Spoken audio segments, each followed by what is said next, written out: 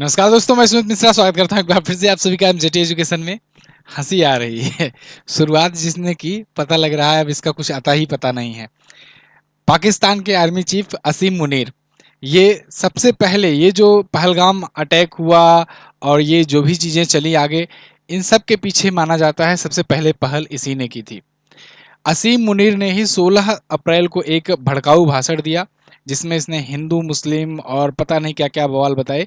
और उसके बाद से फिर वो भड़काऊ भाषण ऐसा था कि पाकिस्तान में ध्रुवीकरण तो हुआ ही, लेकिन उसके कुछ ही दिन के बाद पहलगाम में एक अटैक देखने को मिला जिसमें भी धर्म पूछ करके नागरिकों को, टूरिस्टों को मारा गया।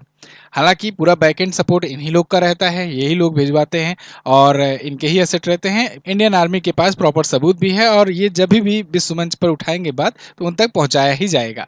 लेकिन यहाँ पर अभी बात निकल के आ रही है कि भाई ये गए कहाँ। लास्ट बार ये वही दिखे थे 16 अप्रैल को, उसके बाद से फिर इनका कोई तस्वीर नजर नहीं आया या ये कहीं पर किसी भी मंच पर नजर नहीं आए।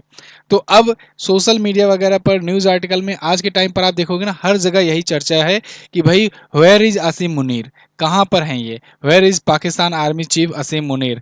आप टाइम्स ऑफ इंडिया देख लो, मनी कंट्रोल देखो, India Today, Times Now, the Economic Time, India के या कई सारे वर्ल्ड मीडिया के यही लोग आर्टिकल छाप रहे हैं कि भाई कहाँ गए ये, इनका कुछ अता पता नहीं चल रहा है, गए कहाँ ये। तो इसको लेकर के जब विवाद खूब ज़्यादा गहराया तो फिर इनके प्रधानमंत्री ने एक फ़ोटो पोस्ट की और फोटो भी पोस्ट करके ये 26 अप्रैल की फ़ोटो दिखा रहे हैं, लिख करके उसमें बता रहे हैं। मतलब सोचो, इतना ज़्यादा लोग सवाल पूछने लगे कि इनके प्रधानमंत्री को पीएमओ ऑफिस से एक ऑफिशियल ट्वीट करना पड़ा और उसमें डेट लिखनी पड़ी। मैं आपको ट्वीट दिखा दूं, इन्होंने डेट बाकायदे लिख करके दी हुई है कि chief of army staff general Syed Asim Munir और ऑफिसर्स ये पीएमए काकुल के एक ग्रुप में फोटो खिंचवाए हुए हैं। यहाँ पर ये बता रहे हैं कि इनके बगल में जो बैठे हैं ये असीम मुनीर हैं। ये फोटो इन्होंने पोस्ट करी। लेकिन अब सब ने इस फोटो पर भी सवाल उठाने खड़े कर दिए कि भाई ये अगर सही बताओ, अगर ये 26 अप्रैल का है, इन्होंने ये डेट भी लिखा हुआ है कि ये काकुल अब्टाबाद में, पाकिस्तान में, वहाँ पर ये फोटो है 26 अप्रैल की। अब्टाबाद आपने नाम जरूर सुना होगा। अब्टाबाद में ही आपको पता है कि यहीं पर पकड़ा गया था ओसामा बिन लादेन, यहीं पर छुपा करके रखा था पाकिस्तान ने उसे और अमेरिका घुस करके मारा था। तो अब्टाबाद में ये इन्होंने बताया है कि यहाँ पर ये ग्रुप फोटो ली गई है पाकिस्तान आर्मी के चीफ के साथ और आर्मी के बाकी जवानों के साथ। यहाँ पर प्रधानमंत्री शहबाज शरीफ भी हैं। लेकिन लोग इस फोटो पर भी सवाल उठा रहे हैं कि क्या गारंटी है भाई ये 26 अप्रैल का ही है, ये पहले का भी हो सकता है, क्योंकि ये ना ही कहीं पर कोई मंच पर दिख रहे हैं, ना ही कहीं पर कोई पब्लिक में या फिर कोई लोकल्स को भी कहीं पर कोई ऐसी सुगवाहट नहीं नजर आ रही है। कुछ दिन पहले न्यूज आई थी कि असीम मुनीर जो हैं ये अपनी फैमिली वालों को शिफ्ट कर रहे हैं विदेश में। ऐसे ही पाकिस्तान के जितने भी बड़े बड़े आर्मी जनरल्स वगैरह हैं, अधिकारी हैं, या फिर जो बड़े बड़े लीडर हैं, जैसे आप जो पूर्व में पॉलिटिशियन भी रह चुके हैं और जो वर्तमान में बड़े बड़े पॉलिटिशियन हैं, अभी बिलावल भुट्टो को ही ले लो, इसके अलावा यहाँ के जो प्रधानमंत्री हैं या बाकी के जो भी मंत्री हैं, वो सब अपनी फैमिलीज को ना विदेशों में शिफ्ट कर रहे हैं। क्यों? क्योंकि उनको डर है कि अगर इंडिया कुछ करता है, कुछ बड़ा करता है, तो फिर उनकी फैमिलीज एटलीस्ट बची रह जाए। उनको तो मजबूरी बस यहाँ रुकना ही पड़ जाएगा, पद पर हैं, क्योंकि वो भागेंगे तो फिर वैसे बदनामी होगी। हालांकि अब इसी बीच में पता लग रहा है कि असीम मुनीर कहाँ हैं, इनके बारे में कोई जानकारी नहीं है। कुछ लोग कह रहे हैं कि विदेश भाग गए, कहीं कहीं पर कहना यह है कि ये अंडरग्राउंड हो गए हैं, इस डर से कि कहीं इनको ही पहले ना समाप्त कर दिया जाए, क्योंकि जड़ तो इन्होंने ही शुरुआत की थी। इन्होंने देखिए एक इस्लामाबाद में प्रवासी पाकिस्तानियों के सम्मेलन में भाषण दिया था और इन्होंने टू नेशन थ्योरी को खूब दोहराया। और टू नेशन थ्योरी जो मोहम्मद अली जिन्ना ने उस टाइम पर 1947 के टाइम पर जो स्पीच दिया था, वही स्पीच इन्होंने फिर से यहाँ पर दी और इसमें इन्होंने खूब भड़काऊ बातें बोली।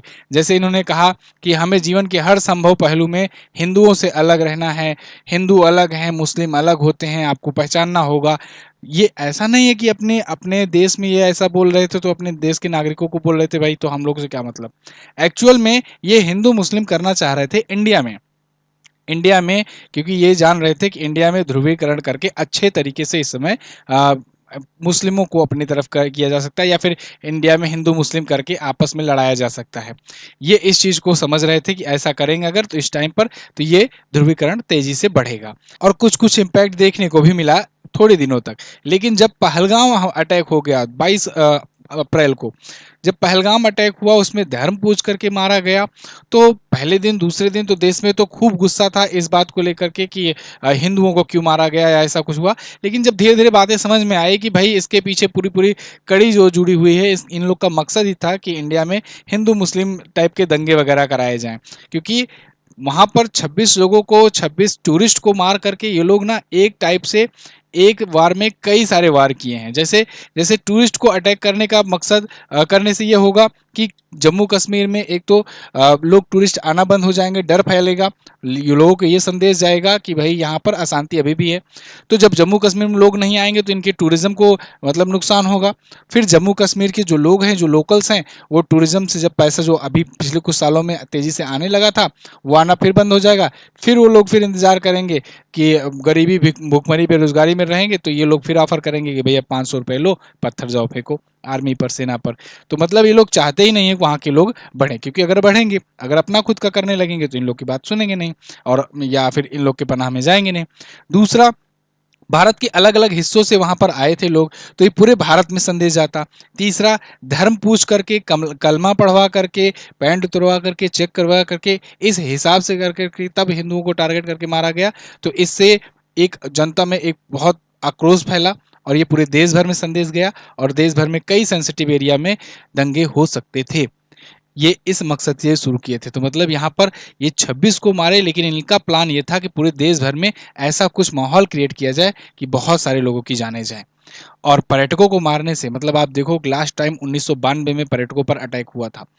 उसके बाद जो है अगर कोई अटैक वगैरह करते थे तो सेना के जवानों पर, आर्मी कैंप वगैरह पर, यहाँ पर ये लोग करते थे। हालांकि ये लोग सामने से लड़ने की औकात कभी रही नहीं, अब छुप छुप करके ही हमेशा करते आए हुए हैं, लेकिन हमेशा मुंहतोड़ जवाब भी पाते रहे हैं। तो इस बार भी ये किए, और इस बार भी सोचे कि हर बार की तरह इस बार भी गवर्नमेंट यही करेगी, छोटा मोटा स्ट्राइक कर देगी या आतंकी कैंप पर, ठिकाने पर अटैक कर देगी, उसके बाद फिर मामला शांत हो जाएगा। लेकिन इस बार Indian army, Indian navy, Indian air force ने, भारत सरकार ने ऐसा इनका तगड़ा प्रतिक्रिया, तगड़ा रुख दिखाया कि इनकी हालत है खराब। आप चाहे देखो, चाहे इंडियन नेवी का देखो, जब भी ट्वीट आता है तो मतलब इतना डरावना होता है कि इन लोग की हालत खराब हो जा रही है। इंडियन नेवी तो वाले तो बहुत बढ़िया से डरा रहे हैं। आप जाकर ट्विटर हैंडल पर देखोगे ना, तो इन्होंने इंडियन नेवी ने पोस्ट किया है कि power in unity presence with prospers, mission ready, any time anywhere anyhow, किसी भी तरीके से किसी भी समय हम लोग बिल्कुल तैयार हैं।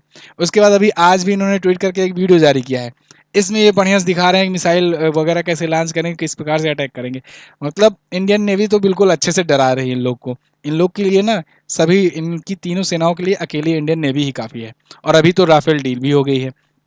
आपको सबको पता है कि 63,000 करोड़ की मेगा डील हुई है, राफेल डील। और वो जो राफेल विमान बनेंगे फ्रांस से, वो स्पेशली इंडियन नेवी के लिए ही डिजाइन किए जाएंगे, और आईएनएस विक्रांत पर वो लाए जाएंगे, जो भारत का एयरक्राफ्ट कैरियर है।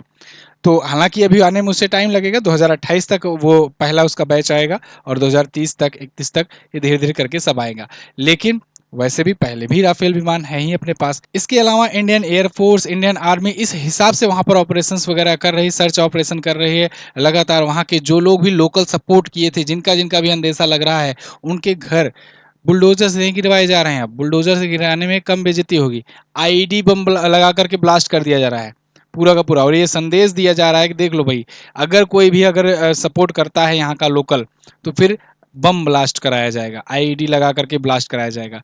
यहाँ पर इंडियन आर्मी का ये कहना है कि ये जो घर हैं, लगभग 10 से 15 घर उड़ाए जा चुके हैं कश्मीर में, जो लोग, जो लोकल्स, जो लोग सपोर्ट कर रहे थे कुछ लोग, उनका। और ये कहना है कि ये लोग ना, ये पूरा मीटिंग का अड्डा बना लिए थे, ऐसे आतंकी गतिविधियों के लिए यहाँ पर मीटिंग्स वगैरह किया करते थे। तो ये ऐसे एक्शंस लिए जा रहे हैं। मतलब इंडिया इस बार पूरे फुल एक्शन मोड में है। और भारत जो है, आप अगर पूरा देखोगे, ब्रॉड इमेज देखोगे ना, तो आपको सब चीज़ें समझ में आएगी कि कुछ बड़ा ही होने वाला है। भारत जो है जा जा करके विश्व मंचों पर बाकी देशों से भी समर्थन जुटा रहा है इस मामले को लेकर के। सब जगहों से बातचीत चल रही है, चाहे वो गल्फ कंट्रीज हों, चाहे वो बड़े बड़े देश हों, अमेरिका, यूरोप के बहुत सारे देश हों, इन सब से भी समर्थन जुटाया जा रहा है। और इसके अलावा भारत में राजनयिक जो हैं, जिनके दूतावास वगैरह हैं, राजदूत वगैरह रहते हैं, ये सब सबको भी बुलाया गया था और इन सबको भी ब्रीफ किया गया था, बताया गया था इस अटैक के बारे में और इनकी चीज़ों के पीछे के बारे में। हो सकता है इनको सबूत वगैरह भी दिखाए हों कि कैसे पाकिस्तान आर्मी भी इस सब के पीछे लिंक होती है, कैसे ये लोग मिल करके काम कराते हैं, खुद से सामने नहीं लड़ते हैं और ऐसे आतंकवादी बना करके ये लोग भेजते हैं और ये दर्शाते हैं कि भाई ये तो आतंकवादी संगठनों का काम है। लेकिन जब भारत ने ये सब चीज़ें दिखाई हैं और समर्थन मांगा है तो इसका मतलब आगे कुछ बड़ा होने वाला है। तो अभी ये लोग इतने डर गए हैं कि ये तो अंडरग्राउंड ही हो गए हैं या फिर क्या पता ये विदेशी भाग गए हों। इनके बाकी जो मिनिस्टर्स वगैरह हैं वो सब अपनी फैमिलीज़ को शिफ्ट कर रहे हैं तेज़ी से दूसरे देशों में, कोई सऊदी अरब में शिफ्ट कर रहा है, कोई लंदन में शिफ्ट कर रहा है। ये लोग क्या करते हैं, काम वगैरह कराते नहीं, जो पैसा मिलता है तो वो सब पैसा इकट्ठा करके भ्रष्टाचार करके विदेशों में कहीं ना कहीं अपनी प्रॉपर्टी खरीद करके रखे रहते हैं। आप देखोगे इनके जितने भी आर्मी के जो चीफ रिटायर हुए हैं वो सब विदेशों में सेटल हुए हैं। कोई भी ऐसा आर्मी चीफ, पूर्व आर्मी चीफ आपको नहीं मिलेगा जो पाकिस्तान में ही रह रहा हो। इंडिया में अगर आप देखोगे ना, बड़े से बड़े पद से रिटायर हुआ जो भी व्यक्ति होता है ना, आर्मी चीफ हो, एयरफोर्स चीफ हो, आप देखोगे ना वो 2 BHK या 3 BHK मकान लेकर कहीं पर बड़े आराम से पीसफुली रह रहे हैं, बिल्कुल नॉर्मल लाइफ जी रहे हैं रिटायरमेंट के बाद। इन लोग में जो आर्मी चीफ होता है वो इतना लग्जीरियस लाइफ जीता है क्योंकि पूरा पूरा भ्रष्टाचार करके सारे पैसे लेकर उड़ लेता है, क्योंकि इनकी ना गवर्नमेंट को जनता की फिक्र है ना फिर आर्मी को। इन लोग का यही है कि आतंकवादी घटनाएं करवाओ इंडिया में और इसको देख करके कुछ देश जो हैं, जो इसके इच्छुक हैं, वो हमको पैसा देंगे। जो ये चाहते हैं कि इंडिया स्टेबल रहे वो हमको पैसा देंगे, हम उन्हीं की भीख पर टिके रहेंगे और ये दिखाएंगे कि हम गरीब हैं, हम लाचार हैं, तो हम पाते भी रहेंगे, कटोरा लेकर टहलते रहते हैं।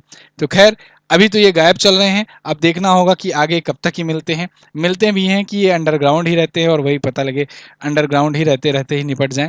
लेकिन जो भी आगे अपडेट आएगा मैं आपको बताऊंगा। आप चैनल को सब्सक्राइब करके रखिए। आपकी इस मामले पर क्या राय है आप लोग कमेंट करके ज़रूर बताइएगा। हाँ, कुछ पाकिस्तानी भाई बंधु हमारे पास कमेंट करते हैं लगातार, पिछली कुछ वीडियो में मैं देख रहा हूँ लगातार आकर के कमेंट करते हैं। उनसे यही कहना है, भाई भाड़ में जाओ, अपने लोगों को बोलो, है ना, यहाँ पर तुम्हारा कोई मतलब नहीं है कमेंट करने का। और जो भी हमारे इंडियन भाई बहन हैं उनसे मैं यही कहूँगा कि कमेंट करके इन लोग को खुद ही निपटा दिया करो और रिप्लाई कर दिया करो अच्छे से। थैंक यू सो मच, मिलेंगे अगली वीडियो में, तब तक के लिए नमस्कार, जय हिंद, वंदे मातरम।